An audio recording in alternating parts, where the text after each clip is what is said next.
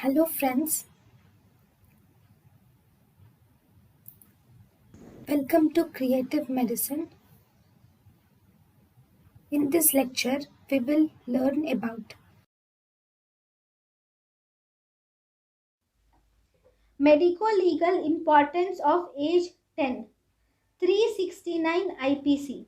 According to 369 IPC, kidnapping or abducting a child less than 10 years with an intent to steal property, movable property from the body of the child is punishable. So, according to 369 IPC, it is punishable up to 7 years.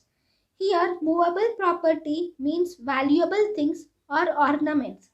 For example, if a child of 10 years of age is going on his cycle and someone tried to kidnap him for the watch he is wearing. So, watch is a valuable thing and it is a movable property.